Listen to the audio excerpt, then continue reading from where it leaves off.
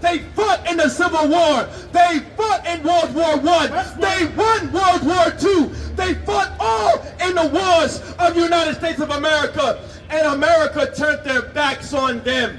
You understand? And they treated them like dogs. The people you've been learning the Bible from, they've been lying to you. You understand? Here's the problem. As Native Americans, as Nativo Americanos, we were never, and I mean we were never supposed to embrace our oppressors with open arms. That's right. That's where the Lakota went wrong. That's where the Navajo went wrong.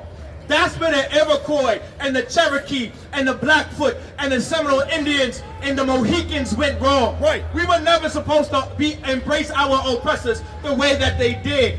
Our oppressors broke every treaty they ever made. That's right. And they ran game on our Native American brothers. That's and right. they ran game on our Native American sisters.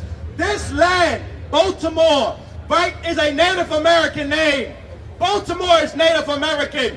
The city of Baltimore is full of Native Americans, right. Full of the Choctaw, full of the Cherokee, full of the Pequot, and full of the Pequottian. You understand? And you wouldn't even know because our oppressors oppressed the Native Americans like there was no tomorrow.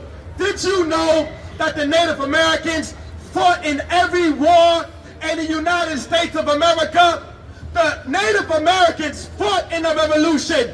They fought in the War of 1812. They fought in the Civil War. They fought in World War I. They won World War II. They fought all in the wars of the United States of America. And America turned their backs on them. You understand? And they treated them like dogs. You know what they did?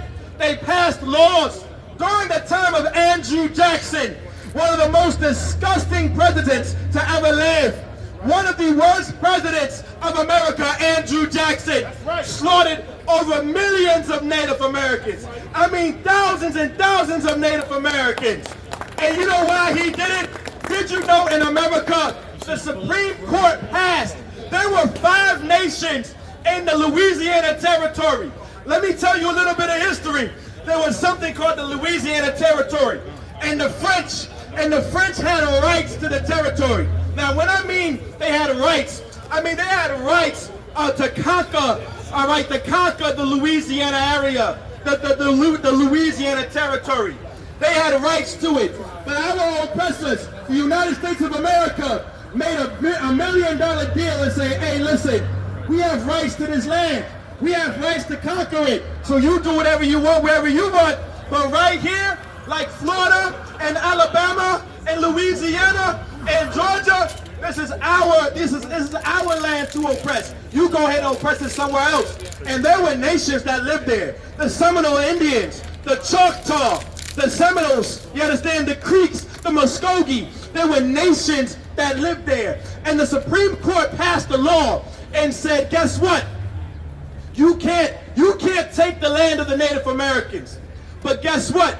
If you know the government, and if you know anything about the judicial system, no matter what the Supreme Court decides, unless the executive branch recognizes it and pushes it, it does not go through. Right. Well, at that time, Andrew Jackson was the president of the United States, a man who wrote home to his wife and said, this was a glorious day. I unalived over thousands and thousands of Native Americans in war. And he was the president of the United States. And when he got whiff of this information, he said, nah, we not having it. So now there was a law passed called the Native American Removal Act. And this is how the Trail of Tears happened. Andrew Jackson took soldiers and troops of the United States of America and went to war with the Choctaw, and with the war with the Seminole Indians, and with the war with the Creeks, and with the war with the Muskogee, and pushed them all the way west. And when he pushed them all the way west, I mean he pushed them all the way west by unaliving them, going to war, hanging them, lynching them, burning them alive, taking the babies out of the stomachs of the Native American women, and pushed them all the way west. But that wasn't even enough for our oppressor. They put them on reservations. They put them on reservations, and then they set up foreign entities on their reservations called tribal governments in the BHI, which is still foreign to the Native Americans this day. And they continue to pass laws to take away our resources and to take away our farming and to take away our agriculture. They stopped us from growing fruits. They stopped us from growing vegetables. Because let me tell you this, the Native Americans, this was our land. And we were the best at agriculture. We were the best at farming. We were the best at taking care of the land.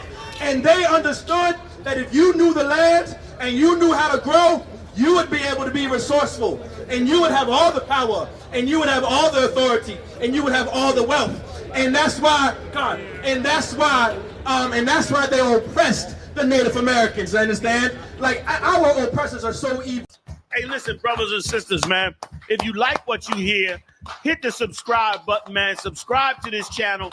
And also, please, go to ISUPK.com and pay your tithe. Drop me some cash so we can move around this planet like we need to, man, and do the things we need to do. They're one West. They're one West. They're one West. They're one